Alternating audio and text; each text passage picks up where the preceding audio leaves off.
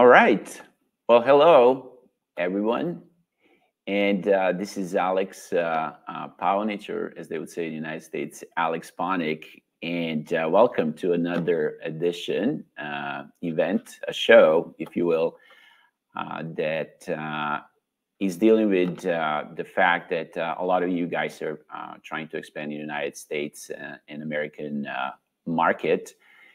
And today we wanted to talk about procurement. We wanted to talk about what happens actually when you close your first deal in United States.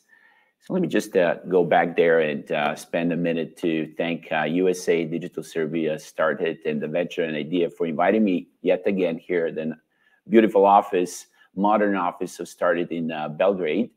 And again, we want to talk about, what happens when you close your first deal in the United States, right? What really needs to happen on your end between you and the customer before you actually see the money, right? Show me the money. There is that certain steps and preparation and operational excellence that has to happen from that moment when you present and you pitch and you do a demo and your customer says, we love what we're seeing, we want to go with you guys. Well, you still have to do certain things to make sure that they're taking place before you actually see the money, or as they would say in Serbia, before you send a factura, or in US when you send an invoice and actually see that revenue. So we want to make sure that you guys understand that. We talked about in the previous class or event what to do, to get to that point, to sell properly and successfully in the United States. But now we want to talk a little bit more about the procurement and the steps there need to be in place. So again, show me the money is actually when I do these presentations, I was encouraged by started and a lot of you guys providing me feedback, and thanks for contacting me on LinkedIn. I'll show my LinkedIn address that you do like some of the American culture that I bring to you. So show me the money is a pretty famous slang or saying that appeared in a movie, Jerry Maguire, Tom Cruise, and it was actually said by Cuba Gooding Jr. He was an American football player that got tired of the promises by his agent, but where at one point he said, listen, words are nice, but you got to show me the money, Jerry. And in America, people like to reference movies. There's a lot of references when it comes to slang. They're drawn from the popular cultural movies. So show me the money is one of the things that you're going to hear quite often. And it means like words are cheap, where's the money? And that's what we want to show you guys today, how to make sure that you transition from a successful demo to actually providing that invoice or factura and getting that revenue. So again, piggybacking on that idea, I have a quote here actually from Mr. Peterson. He was my finance teacher. I went to a private school in Denver, Colorado.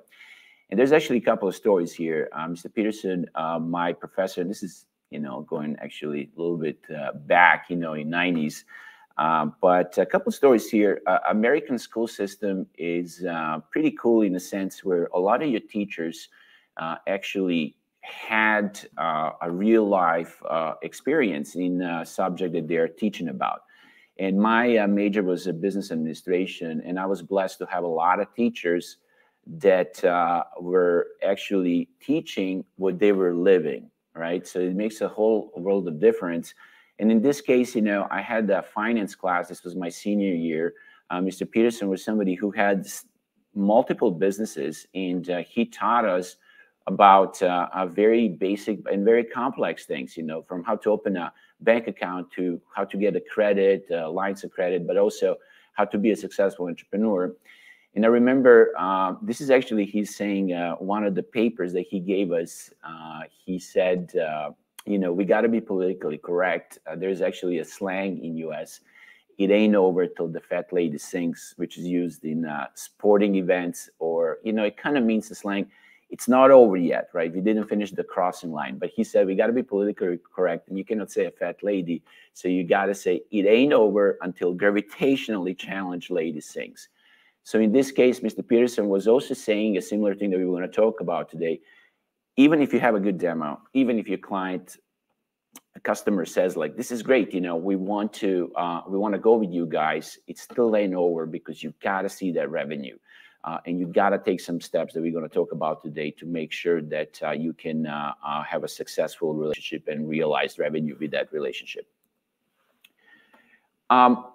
Hopefully I'm not being boring with this slide, because I'm sure we have some repeating audience members, but we also have some new ones. So I do want to get a second here to introduce myself, who is Aleks Paunic, or in US, as they would say, Aleks Paunic. I was born in Novi Sad. I lived in the United States for 30 plus years. I actually kind of live between Florida, Tampa Bay, which I call home, and New York, but I often make my way to Serbia. And right now, again, I'm at Started office. We do have, some, business and engineering interest in Serbia, my company. But again, I went to a U.S. high school system, college, and then I joined corporate America in early 2000. And I worked, for various companies, but my IT or cybersecurity journey started with MX Logic, excuse me, back in 2007, where, we were doing what was called, email spam filtering, or at that time, it was becoming really popular to have a software as a service SaaS product. And this company got attracted a lot of big companies. So this small cybersecurity startups in Denver, Colorado, at that time with about 150 employees, attracted the likes of McAfee's, right? Everybody knows McAfee, global cybersecurity provider. So we got bought by McAfee. So I started working for McAfee, right? Started with MX Logic, as you can see on the right, that's my MX Logic t-shirt. But then, I started working for McAfee, and then Intel bought McAfee, for a massive deal in 2010 for $7.6 billion. So I went from working for a small startup, 150 employees, which was growing, but then started working for a global company like McAfee, and then worked for a Fortune 10 company, Intel. My job was always in sales, right? So if you're asking about my credibility, it's in sales, but in very specific manner, which we're probably going to have a workshop and event. It's regarding the channel of distribution, which is very important. If you want to make your way to U.S. market, you should definitely have a strategy how to sell directly to your customers, but also how to sell through partners or distributors, and how to build a lucrative and complex and profitable channel. That was not enough for me. I decided to take a little bit more risk with my colleague from McAfee, David DeBerry. Shout out to David. And we started PreCog Security back in 2017. We are doing security risk assessment, penetration testing, reverse engineering, but we're also doing compliance and compliance readiness. And we're also, building a game. I'm going to talk about it a little bit in future events. Game for the cybersecurity, right? We want to gamify and simplify cybersecurity through a very cool concept and platform. I'm also a member, or better yet, the chapter lead for Serbian entrepreneurs. I am very active in our Florida chapter. That's where I manage, the relationship with the Serbian startups. They're coming to US and want to present in Miami, but I also have a great relationship with New York and Toronto and San Francisco chapters. Very interesting thing, working very closely with Started on that. That's how I met Vukashin, actually, in Miami. But when the COVID thing, goes away a little bit and companies started to travel and start to travel, would love to talk to you guys how I can help you do presentations and have successful meetings in US. So that's another thing that I do. And because of that, I noticed that there is a massive need for business development for Serbian companies that are expanding to US, right? My observation is that we have incredible engineering, incredible innovation prowess, and very talented people that are, slowly transitioning from not just doing outsourcing, but building product. And everybody wants to attack a US market. That's what we are talking about. But again, my experience is that somehow we are lacking operational knowledge, maybe sales and business development knowledge that some other companies from other regions have, like Israel, Scandinavia. And that's what we're doing here, right? We're trying to get you guys ready for US market. So your engineering is already ahead, but we want to make sure that your operational sales and marketing readiness is up to par with your engineering skills and innovation skills. So again, expect a lot of these events. I'm glad to do it. And hopefully this is useful and valuable to you. Okay, enough about me. Let's talk about the agenda for today. So I do want to just go back into the sales cycle a little bit, just make sure that everybody understands the steps. But most of the time, I want to spend about that procurement, right? And invoicing, like show me the money. That's the theme here, right? We are assuming that you understand the sales cycle. So I will touch on a couple of steps that are very critical. But I do want to go a little bit deeper into procurement, some of the documentations, some of the back and forth that you're going to have with operational, perhaps legal teams from your clients. And then how do you collect that money? How do you make sure that you're paid? Because you guys need to get paid. You need to pay your suppliers, you need to pay your employees, and you need to supply your, hopefully, research and development departments with that revenue. Okay. This is an important disclaimer, and I probably wanted to have that even last time. But again, what we are doing here, we're giving you a general overview of the process, okay? We cannot, just the presentation today, which is going to be about 1 hour. I should have done a housekeeping here to explain that. This presentation alone could be easily a workshop that for 30 days, right? So there's a lot of topics here that I'm going to try to cover, but basically what we're doing is we're still giving you some kind of overview if you never had an experience with U.S. markets and, understanding what you need to do after the sale is done. This is amazing information, right? But each one of these topics that we're going to cover, it could be a workshop, for a day. So I just wanted to let you know, this is still general, right? There's still a lot of detail. Or as they would say in the U.S., the devil is in the detail, right? But the next two things that I want to mention is very important, right? I still, after this presentation, even if you have a better idea what you have to do when it comes to documentation, on taxes and legal documents, I still need you to go to your tax expert, right? You have a client in U.S., you're ready to go, right? I want to make sure that, yes, you're getting some general knowledge from myself and this presentation, but you still want to talk to your tax expert. You're still going to get a general knowledge about some of the legal ramifications of doing business in the U.S., but I still need you to talk to your legal expert before you pull the trigger, before you send that invoice, before you start filling out some of the documentation, okay? So I just want to make sure that that is clear. The last thing we want to hear is somebody come in and saying like, well, Alex said it and started, had a presentation, so I've done it. We definitely want to give you the knowledge, but we also encourage you to, before you do the final steps in some of these engagements, consult the tax experts as well as the legal experts.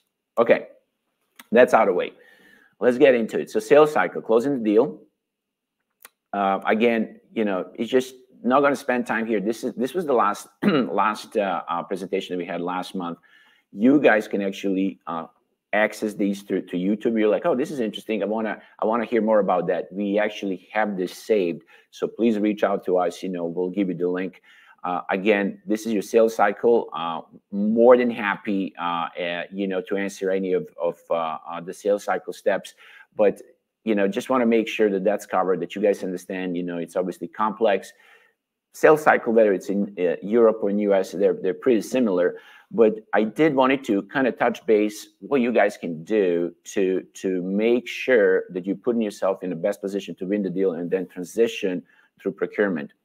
If I would pick 2 steps, they're super critical. They're going to ensure that you are going to be closing a lot of deals. Number 1, again, assess the need. We talked about that. You really have to understand your client's problems. You have to understand their friction. You have to listen. Selling is listening, making sure that you're, finding ways to fix their problem. Selling is really listening, understanding the friction, understanding the problem, and fixing it. And then the second one, this is a segue to what we're going to talk about a lot today, is that even though you're doing a presentation, you didn't get a final, yes, let's go, we're sold on your product, we want to work with you, I still want to encourage you to start thinking about and transitioning to procurement, okay? Because the last thing, and I've seen it happen, you know, the last thing you want to do is you do an amazing job building a product or positioning your service, because in this audience, we have people that are positioning service, some people are positioning the product. Either way, we want to avoid the situation. You want to avoid the situation where you did such an amazing job presenting your product and service. You do your demo, you do a proof of concept, your client said, this is great, we're ready to go. And then you're not ready for procurement, right? You do not want to have that lag, because, you know, it's definitely going to hurt getting that revenue, but it's also going to hurt you in a sense where you can damage the relationship with your client, where your operational readiness is not there, and you don't want your client to think like, wow, okay, they're not ready, they're really not ready for us, you know, and then they see some kind of potential problem or a red flag. So start transitioning procurement and start making sure that you have all the documents, or as we say in the US, all the ducks in a row, right? So that means like you're putting together what kind of documents should I have if this deal goes through. Start working on that early. Okay, so this is where I want to spend most of the time during this presentation, right? So you close the deal, and what does that mean? You did a presentation, your client said, this is great, right? We're ready to go. Maybe you do a proof of concept, but then your client's going to say, okay, now we have to engage our internal procurement teams, okay? So what does that mean? Let's take a step back. There is a lot of times, you know, sometimes you're going to work a direct deal with a customer, right? There is really no any kind of what we're going to talk about here, request for proposal and request for quote, right? Client came directly to you, said, listen, we need a quote for this, we need a service, we're not talking to anybody else, or maybe we're talking to another company, and you're just dealing directly with them. But sometimes client is going to be like, even after the demo, they might say like, okay, listen, this is great, but we do have official request for proposal or request for quote, right? Sometimes you're going to see those. And basically, this is a bidding platform or bidding environment where client is saying like, look, we want all the interested vendors, service providers to submit a quote and a proposal, okay? So RFP and RFQ, those are the abbreviations, acronyms, as we would say, for request for proposal, request for quote. Let's talk about the difference between those two. RFP, it's a request for proposal, meaning, yes, they do need a quote, but they also have to understand a little bit about your formal process. And typically, you're going to see this when they're looking for service provider. They're looking for solution builder, right? So it's not clearly super defined exactly, you know, what exactly they need. They do have a really strong idea, but you will have to spend a little bit of time to build that proposal. Again, this is typically for the IT outsourcing. The request for proposal, little issue with that I see is it takes time to build it, right? You have to really put some resources, time, and effort to build that. And I'm sure you guys seen that before. I just want to make sure that that's clear. At the end of the day, you know, request for proposal is going to have some kind of timeline. It's going to have extensive information about your credibility, the background of the people. You know, it's a little bit of a project management and business plan at once, but again, it's going to finish with a quote. Again, the pros is typically these are very lucrative contracts. You can, if you win it, you're in. You know, you're going to make a lot of money. You're going to see a lot of revenue, but the cons, as we say, the problem with that is it's risky. You can spend all that time, and at the end of the day, you do not win the deal, okay? Request for quote is actually way simpler. Client knows exactly what they want, and again, this is typically for a product, or maybe it's for a service when it's clearly defined. Let's say if it's for a service, they're going to say like, hey, we need 5 programmers, you know, senior Java or Python developers. You know, here's the timeline, here's how many hours, you know, we just need a quote. We just need the pricing. We don't need anything else. It's very quick. You can send a quote, or it's for a product like, hey, we need a product, you know, specific SaaS product, you know, that's, you know, solving a particular problem, giving us a solution. what is the quote, what is the, how is the licensing structured? Again, very easy to do that. You know, the risk is, yeah, you still might not get the deal, but you do not spend as much time. So again, just want to be clear between those two. If you win it, right, what happens next? You enter that procurement. So you will, so let's say your client, maybe you did a bid, request for proposal, request for quota, maybe you did a direct deal with the customer, you found the customer, you did a demo, you presented it, they're like, yeah, we're ready to go. You do have to have some kind of contract in place. I'm pretty sure this is basic stuff. You know, I see the same kind of process in Serbia and Europe, you know, but just want to make sure we cover the bases here. There's different ways, you know, how we call this, you know, personally, I call it, we call it at my cybersecurity company professional service agreement because we provide services. But you know, you're going to see a few names floating out there. They all lead to the same thing. Somebody is signing off on something that they're going to, you know, purchase your services, right? You do have stakeholders, you know, timelines are defined, scope is defined. And you have this contract now in place that you're like, okay, these guys, not only that they said, yes, we're going to go with your product, now I put the contract in front of them, you know, they signed it. So you're almost there, right? You're getting closer to see that invoice, factura, and revenue. So this definitely has to take place. You know, I gave you guys a sample. You can find a lot of these samples and templates. They're all a little bit different, but they all lead to one. There's going to be some basic information about your company, basic information about your buyer, clients, and then you will start defining, like I said, the scope, a timeline, and definitely what kind of service or product is going to be provided. Okay, so this is kind of big. When W9 or W8 Ben are actually the forms where, you know, your client is going to say inside a procurement, you know, you're not going to be working probably with people that you actually presented. If it's a bigger company, they obviously have internal teams, operational teams, you know, accounting and whatnot, that are going to reach out to you, and they will say something like, okay, we need you to fill out W9. That's for the US companies. If you have a US entity, they want to know you're a real company, right? So you did a good job presenting. There is a service agreement that your client signed, but now their accounting wants to say like, okay, are you a real company, right? And if you have a US entity, you will have to fill out the basic information, you know, your company's name, legal name. You will have to fill out the address. You will have to fill out what's called the federal ID number. If you have an entity in US, you have to have that. Like a lot of companies in Serbia are doing the C Corp in Delaware. As soon as you do that, or whether you open it in Florida or Texas or California, you will get the federal ID number. That's what you put on W9. However, you might say, Alex, we do not have an entity in US yet, or never, or well, at that point, you know, you will have to fill out what's called the W8 Ben. W8 Ben. There are two forms of W8 Ben. There is, if you're individual providing services, let's say you're a programmer, freelancer, you have a great relationship with a US client, they will send you W8 Ben for an individual. If you're an entity, W8 Ben E for an entity. You will have to fill that out. Why is this important? Well, you might be liable for up to 30% taxes. And you know, some of you guys might know, but I wanted to make sure that I'm up to date as well. Serbia and US, we do not, Serbia and US do not have a tax treaty, right? The latest information I found, there's some discussions, negotiations going between US and Serbia.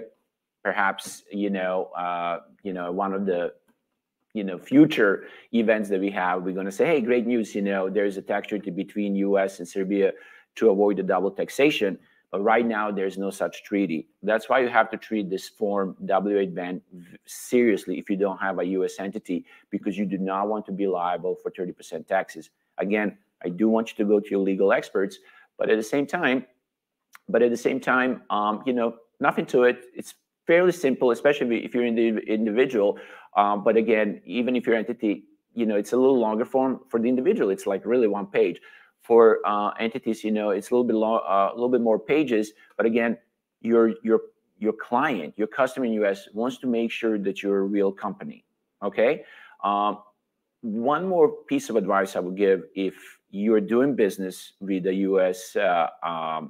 Entity, a U.S. company, and you do not have your own U.S. entity, and your client does not mention W-8 ban, I would definitely advise you to mention it to them, right? It is kind of a gray area who really needs to put it in front of you. Most of the times, I would say that your client is going to put that in front of you. But if you didn't see one, I think you should ask them, hey, I want to be forefront with you. And since I don't have a U.S. entity, do you have a W-8 ban, or if your entity, W-8 ban E form for me, and see what they say. A lot of times they're going to say, oh, well, thanks for reminding us. Yeah, we actually need you to sign that. So take initiative, make sure that that's in place. But again, this has to happen. W-9 if you have a U.S. entity, and W-8 ban if you don't have one. Okay, so that takes place, those two forms. And then the next one is, all right, well, your U.S. client wants to make sure that you're registered internally. Okay, this is really a sheet, the supplier form, this is really a sheet for their accounting. Because you're going to be sending an invoice, and somebody over there internally is going to be like, okay, where's this invoice coming from? Who are these people? Who is this vendor? It has to be registered, right? It's not going to get registered from that contract that you have, and it's not going to get registered just for the W-8 ban, right? It's going to get registered from the supplier form. And maybe I should have flipped this around. I think sometimes you get those two forms, supplier form and the W-9 or W-8 ban together, but supplier form probably is going to be a little bit before that, because they want to know, hey, let's get your basic information for our accounting, because when you send an invoice, somebody has to be like, where's this invoice coming from? Oh, okay, we have this vendor supplier registered, and we can actually proceed to pay for their invoice. This is a very important form for multiple reasons. Obviously, you're getting your basic information. There's going to be a mention of your company, address, but one big thing, this is where your selling does not stop. There's going to be net terms discussed on this form, or actually offered on this form, okay? So my suggestion to you is to start talking about net terms even in your contract, right? I'm sure that you guys have experience even working in Serbia or European companies where you know, the rule of thumb is the larger the company, the more they're going to prolong the payment. They're going to look at the net payments, you know, probably like at least 30, but maybe even 60 or 90 days, meaning you send them an invoice, well, they're going to wait 90 days to pay you if they're big. If you strike a deal with, you know, companies like Walmart or Disney, I can promise you, when you send an invoice, they're not going to pay right away. You know, they have, you know, the way they're structured, they're like, okay, we have net 60 or net 90 terms for you. But this is still a chance to negotiate, right? And if you guys just leave it to your customer and your client for them to pick the terms, obviously they're going to pick the terms that they work for them. So make sure that you have some kind of negotiation, even in a professional services agreement, and making sure when you do that supplier form, it kind of matches what was already discussed. And then we're going to see the invoice again, your invoice matches those net terms. Some kind of rule of thumb, again, is if you're providing simple services, you know, basic services, it's not, you know, maybe, you know, 4 figures or 5 figures, you know, we'll talk about that. You know, you can have short net terms. You can have it what we call a cash on delivery, due on receipt. I send you an invoice, you have to pay right away. And sometimes you just have to wait one more sales cycle. And we'll talk about that in a minute. But again, you will have to do a supplier form no matter, you know, the business you're dealing with. Okay, this is probably my favorite topic, and this is what we say as a slang, right up my wheelhouse, you know, a little bit of security and compliance. So what we're seeing here is vendor risk assessment, security and compliance, and this form is fairly new. We are seeing this appearing for the last few years. And what does this mean? Well, security, as you know, and cybersecurity is becoming very important. If you were doing business, even in the United States, you know, 10 years ago, if you would sell your service to Facebook or Walmart or Disney 10 years ago, You will go to your sales cycle, you still have to, sell it. You have to do supplier form. You have to do your W-9 or W-8 and that's it, right? You figure out the net terms, you send an invoice. But before that all happens, now, because of security, because of a lot of breaches, because of the ransomware attacks, because we see that the supply chain is actually very vulnerable to attacks, meaning big companies spend a lot of money on security, but hackers and criminals know, like, hey, I'm not going to attack you directly. I'm just going to go inside your supply chain through one of your vendors and access, data through them. So big companies figured out, wow, we not only have to protect ourselves, we have to protect our supply chain. So they were thinking, well, how are we going to do that? And they said, well, we live and adhere to certain security standards as a Fortune 500 company or even Fortune 2000 companies. We're going to make sure that every vendor that we do business with adhere, aligns, and follows those same standards.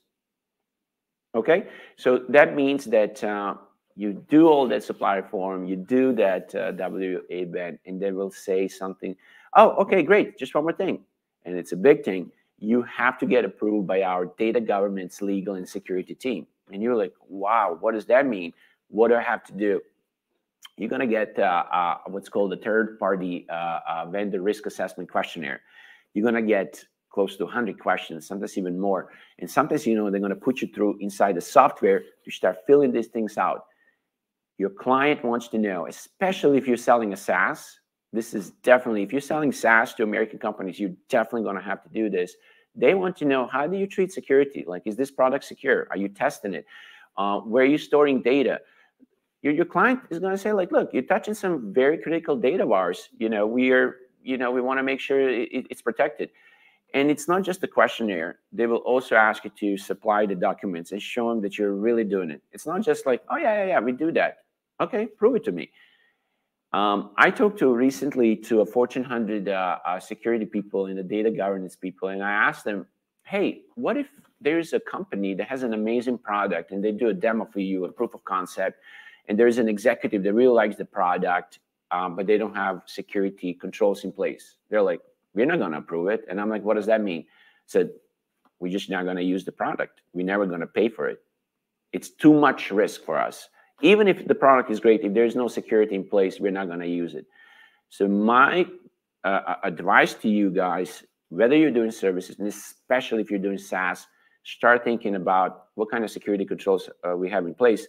And as a matter of fact, I talked to the started people, what we're going to do, and this is going to be one call to action. We're going to give you free and no cost a blank vendor risk, security risk questionnaire.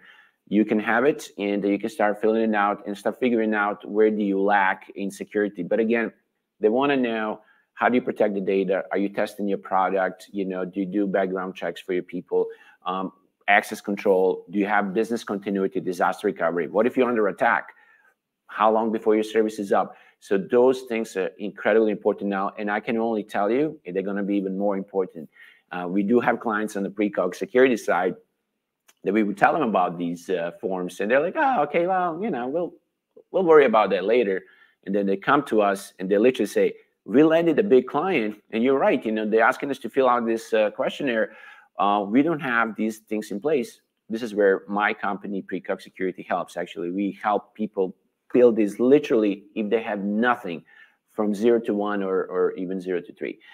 I just want to do a quick housekeeping. Should have done it at the beginning. Please send us questions. I'm going to be answering these, once the presentation is done. And we're going to, at the end of the presentation, we're going to do a quick bio break, for maybe 2-3 minutes. But don't hesitate to start sending questions. I'm going to try to answer all of those after the presentation is done. So I already see some questions there. I'm going to definitely get to them. Stick around. We're going to try to do those probably around 6:03, right after this presentation is done.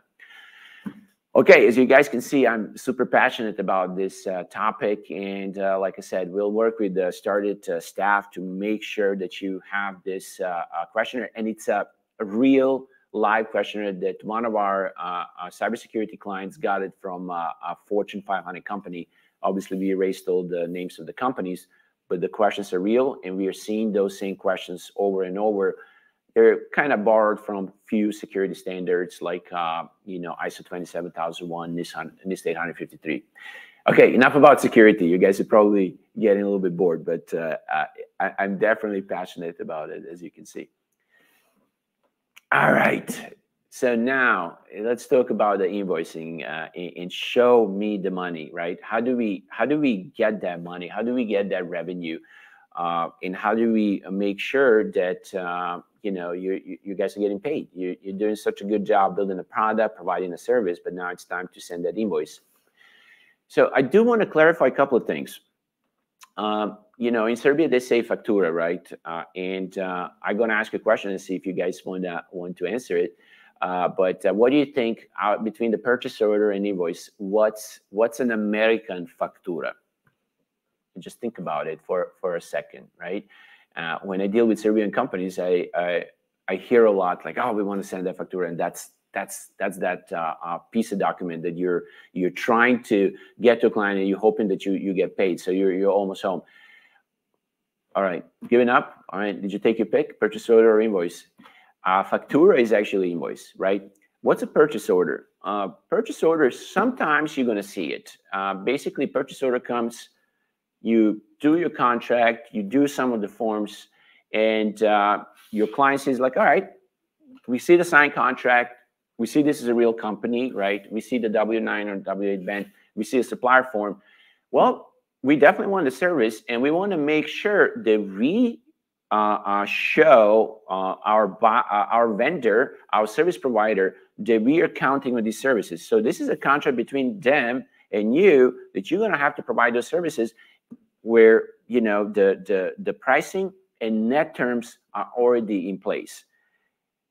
You're probably not going to see purchase orders for smaller deals, but for most of the medium-sized or large deals, you will see that.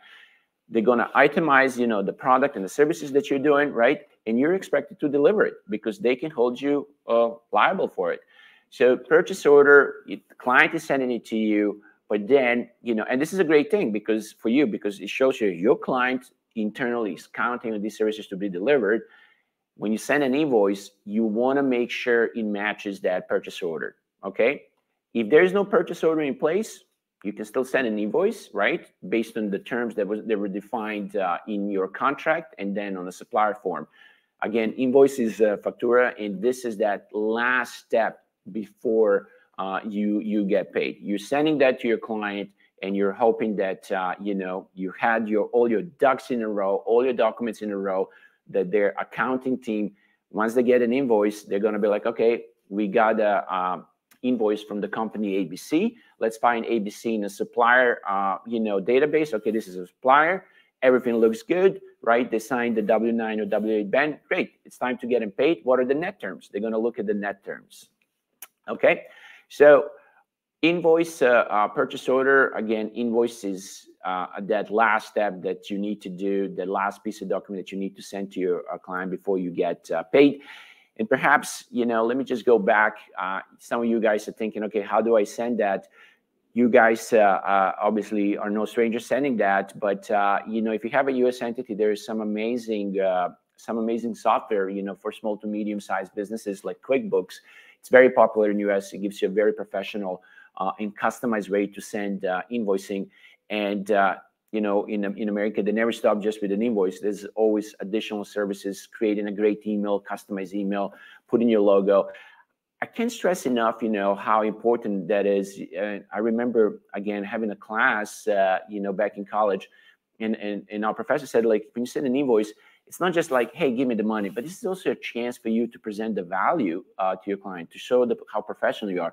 Hey, if you're smart and if you're salesy, maybe you're going to put a nice note in that invoice. Maybe you're going to tell them about the upcoming, specials, some other value that you can provide. So treat these invoices not just like, hey, give me this money because I provided you product and the service, but also a chance for you to, maybe wish them happy holidays, tell them a little bit about your services, and use it as collecting the money, but also a good sales tool.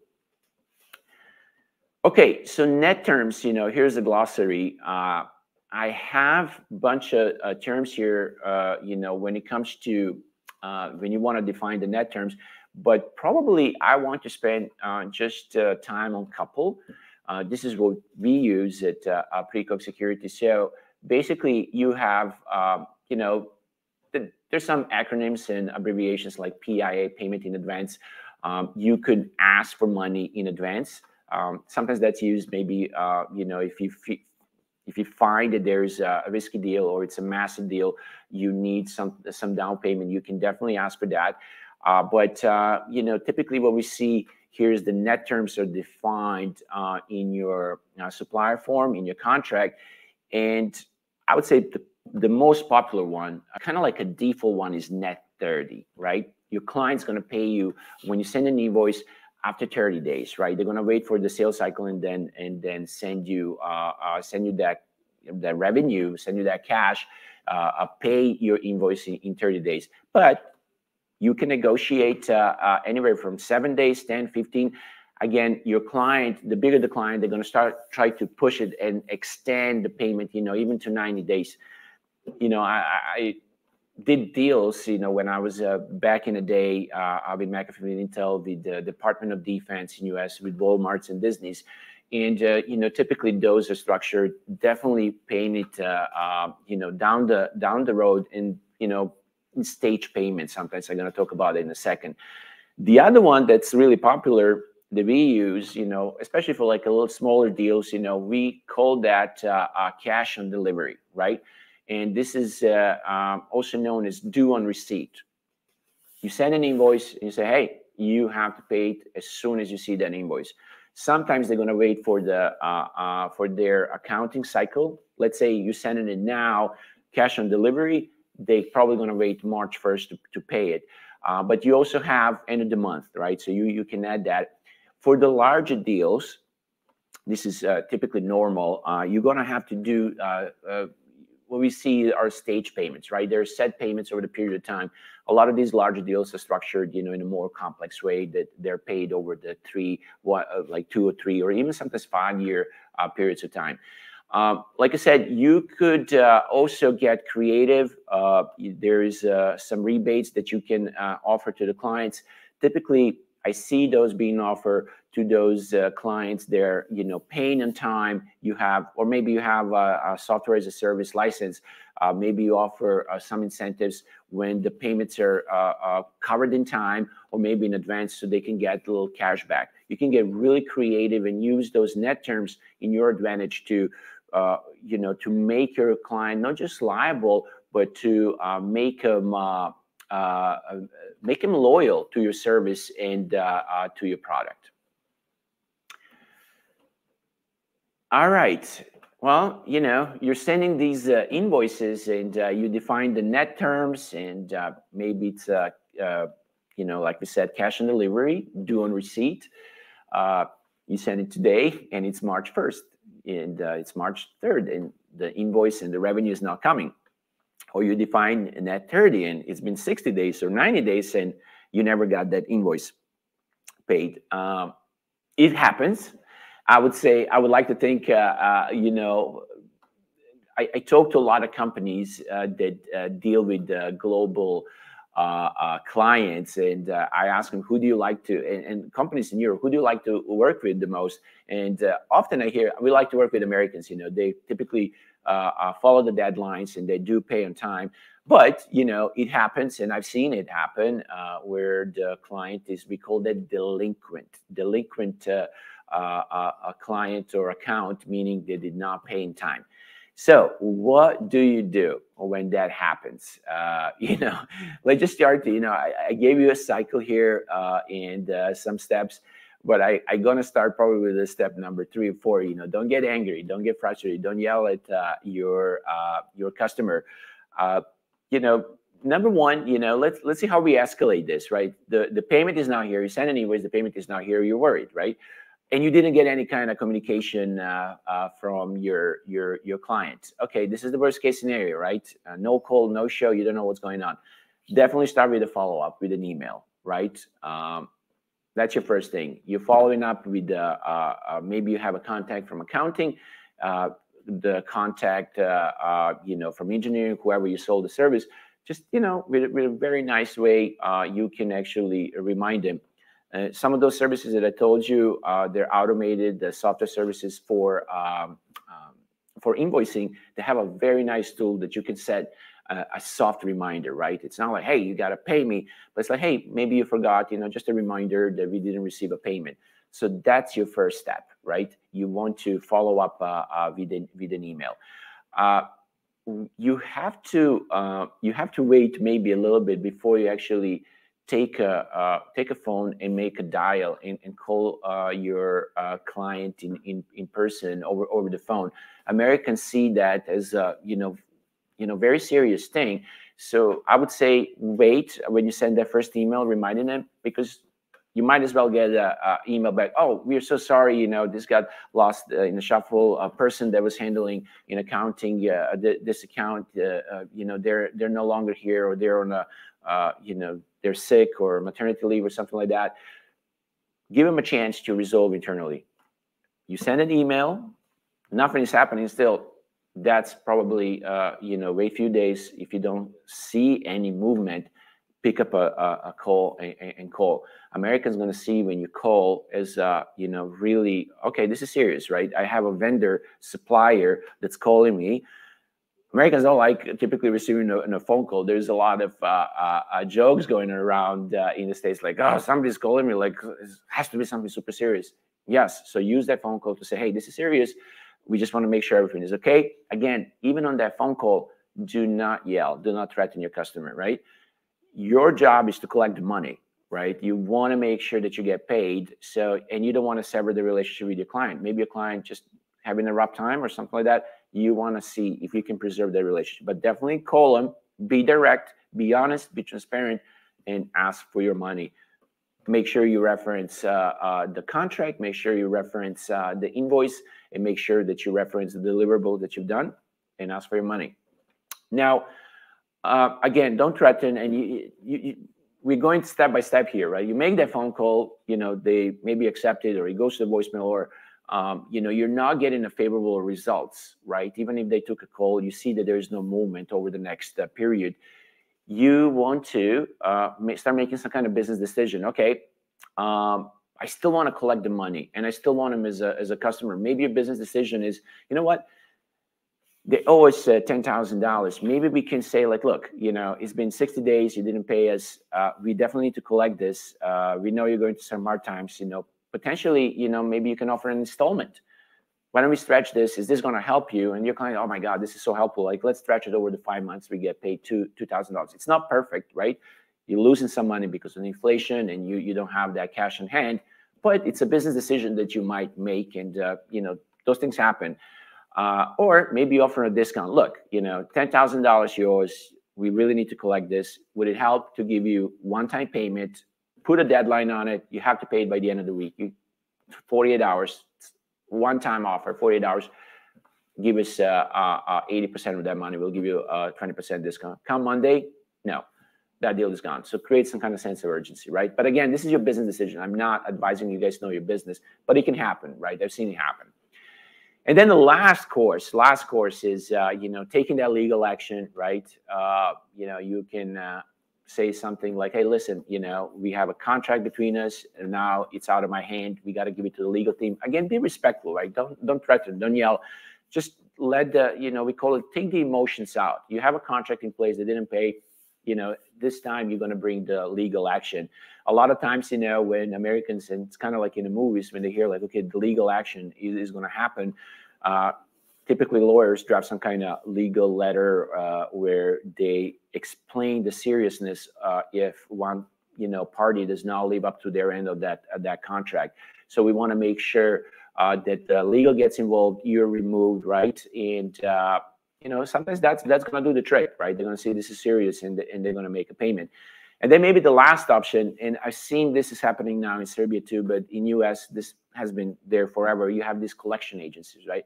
Somebody comes and you have agencies, businesses that comes to you and say, look, if you have some uncollected debt, we are ready to make those, quote unquote, unpleasant calls for you and collect. Those deals are typically structured where they're like, oh, how big is that? $10,000. Okay, great. we're going to make some calls, but we want to have an agreement between us. We're going to collect 20 or 30%, whatever we collect. So if we collect $10,000, you're going to give us $3,000. Or they might just say, we're going to buy this outright from you, right, for $6,000 or $7,000. Again, it comes to a business decision. I would say if you do, I don't know, this is just, I don't have empirical evidence how many times this happens to the liquid customers. Excuse me, but from my experience, out of 10 deals that you do, maybe 9.5, you won't have any problems, but it happens, and you guys should know what is my recourse when that happens. Okay. All right. So we come to the end of this presentation, and I want to make sure that I give you some call to action. Again, I want you guys to start thinking about procurement. Even if you're not landing that first customer yet, start thinking what kind of documents you have in place. Have some kind of internal document, operational document that you can refer to if you land that US client, or you already have US clients, but some of these documents you're like, oh my God, I'm not sure I have this in place. Let me work on that. So look at your own situation and start building those internally. That's your call to action number one. And then call to action number two is that we will give you on the security side that third-party vendor risk assessment. If you're a SaaS company, listen to this. Absolutely, you should get it from started and start working on some of those things. And you can let me know if you have some questions regarding that. Again, my information, if you can bring that up, you guys can find me on LinkedIn. I'm very active, Aleks Paunic on LinkedIn. My email is alex.paunic@precogsecurity.com. And I'm pretty active on social media, so you can see some of my posts in Alexander303 on Instagram. Having said all that, I guess we're giving you a little bit of a time back here. We were slotted for 1 hour. It's actually 53 minutes into it. So what I'm going to do now is going to ask you guys, first of all, I want to thank you. I see people coming and going, and I see people are active on the chat. First of all, I want to thank you for your patience and for your attention. Hopefully this was valuable to you. And then I will ask you to, if you want to stretch, if you want to walk around, want to take a bio break, do it for the next 3 minutes. We're going to go back live in 3 minutes, and I'm going to read some of the questions that we have, and hopefully that's going to bring additional value to you. Again, thank you, hvala, and I'll talk to you in 3 minutes.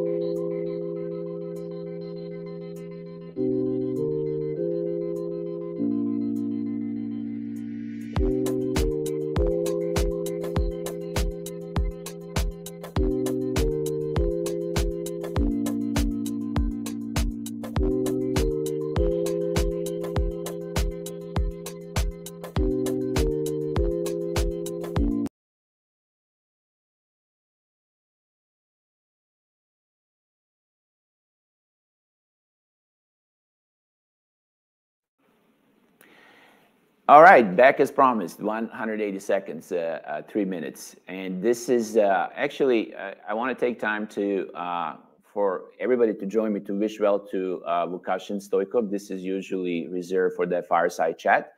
Unfortunately, Vukašin seems to be, going through some COVID situation, and we wish him well. I'm pretty sure he's going to be okay. But if you guys did follow our events in the past, this is where Vukašin would sit down with me and ask me questions. But we wish him well. Hopefully for the next event, he's going to be there. I think he's an incredible part of this show, and we always got a good feedback when there's Vukašin and he's asking me questions and challenging me a little bit, and we challenge each other. So I think it's becoming a part of the show. But having said that, the show must go on, as we say in the United States, and I will try to answer some of these questions, hopefully provide you more value. We got some questions from the audience. I'm thinking this might take another 15, 20 minutes, no longer than that. So if you guys want to stick around for 15 minutes, there's going to be additional value to you guys to answer some of these questions. So I will start first with Marco. Marco, thanks a lot. Shout out to Marco. Hopefully you're sticking around. And he asked a really good question. I actually get that all the time, where people ask me, hey, Alex, do you think it's better to have a company in Serbia or to open in the US from Serbia, right? And my answer is, depends on your business. The quick answer, the short answer is yes. It's always going to be easier to do business and helpful if you have an entity in US. If you're growing, at one point, you're going to have to make that decision. Like I said, typically what I see from the companies, they open a C Corp in Delaware. And this is what I see from the SaaS product companies they're trying to position themselves to raise capital. Some reason venture capitalists just love the idea that you have a C Corp in Delaware. They know the laws and whatnot. But, things are changing a little bit or a lot in the United States. We're seeing Florida, Texas, a lot of these southern states that have favorable tax laws are actually, attracting a lot of companies. So actually, I heard quite a few companies from Europe are opening just straight up entities in Florida or Texas. The short answer is yes, but the longer answer is, at what point do you want to open, right? Maybe you can set up a milestone where you have certain revenue and you're ready to do that. Or you have in a pipeline potentially a large client, a big client. I would say that's a probably good time to consider and make a business decision. You know what? I want to put myself in the best position to win this deal.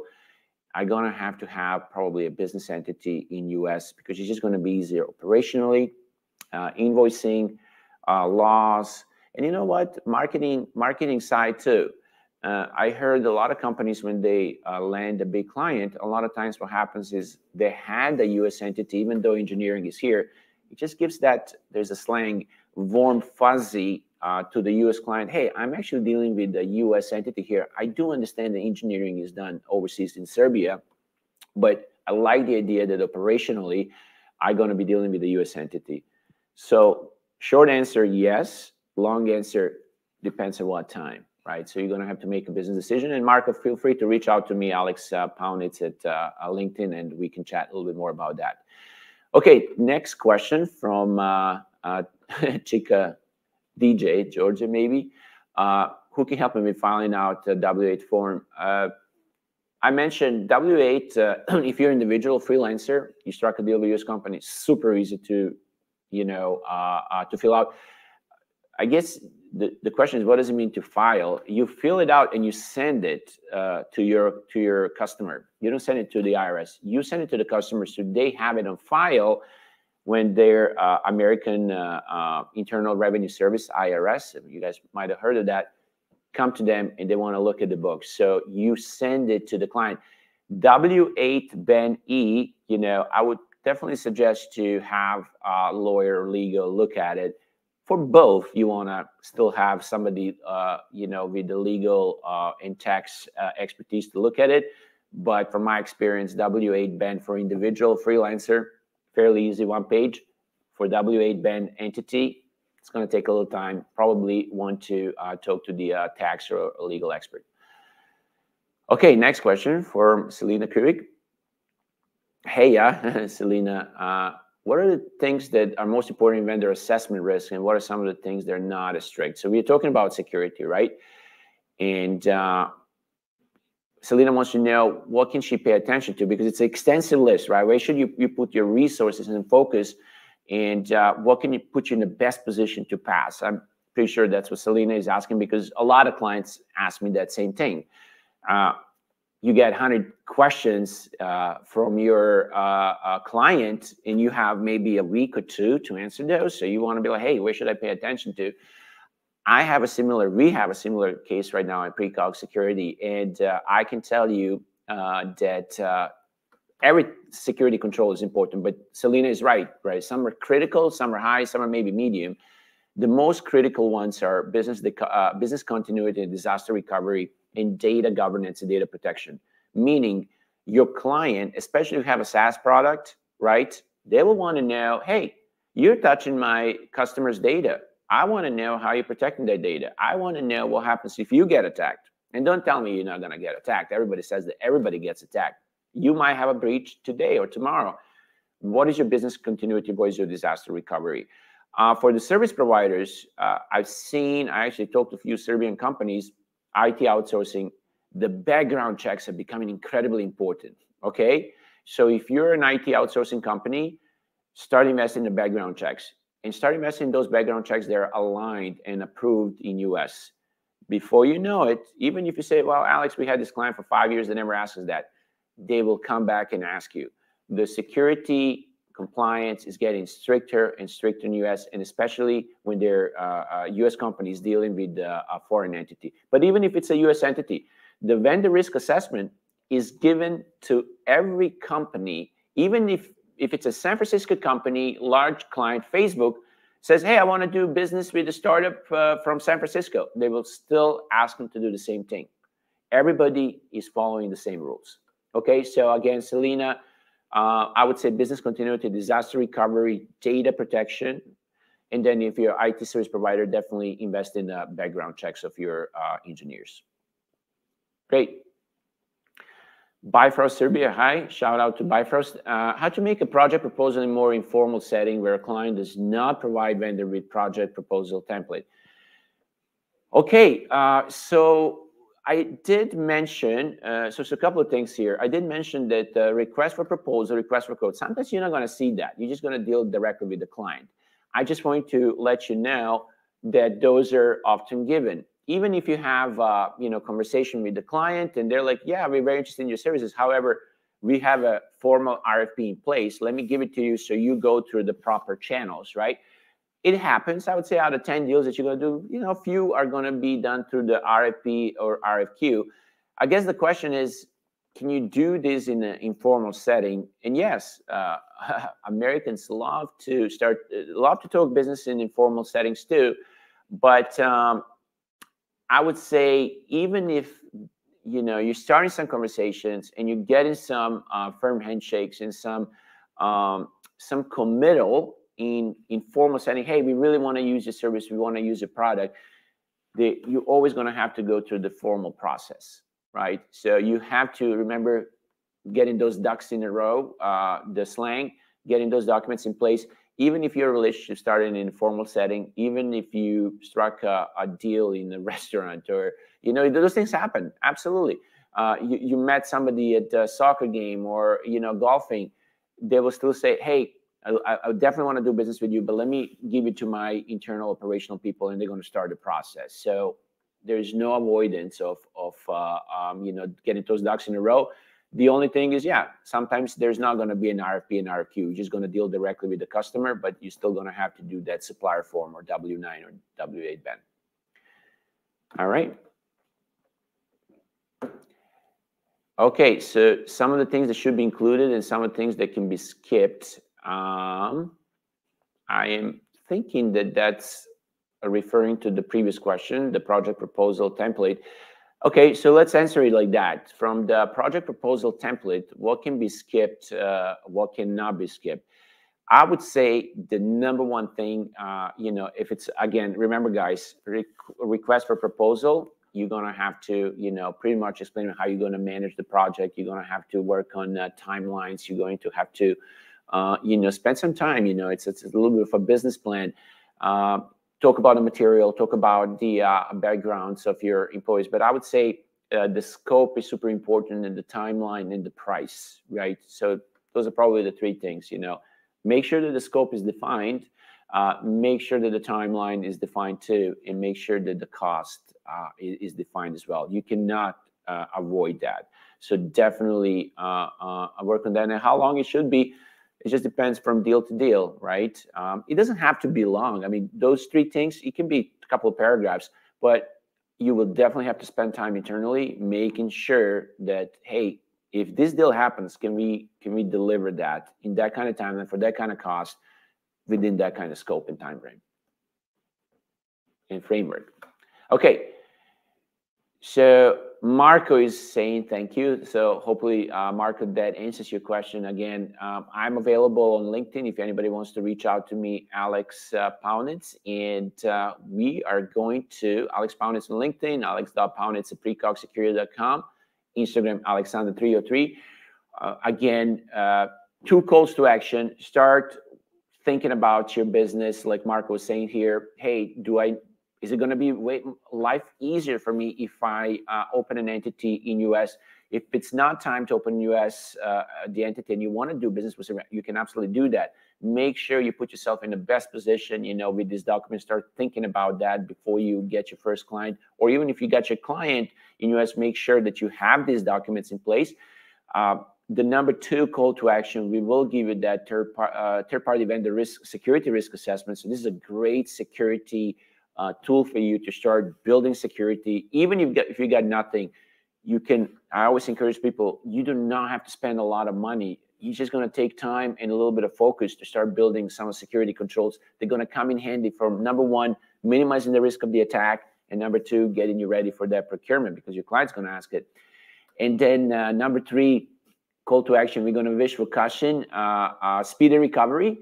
And we are going to announce next date for the next event, where we're going to talk a little bit about the business culture. It's going to be a little bit more relaxed. We're not going to, quote unquote, bore you with documents, but we will, again, talk to you about a little bit about the business culture and events and how you can make the most out of it, with American customer, whether it's in the US or potentially even here in Serbia. So with that being said, thank you again. Hvala na pažnji, or thank you for your attention. And we will talk to you soon. Have a great rest of the evening.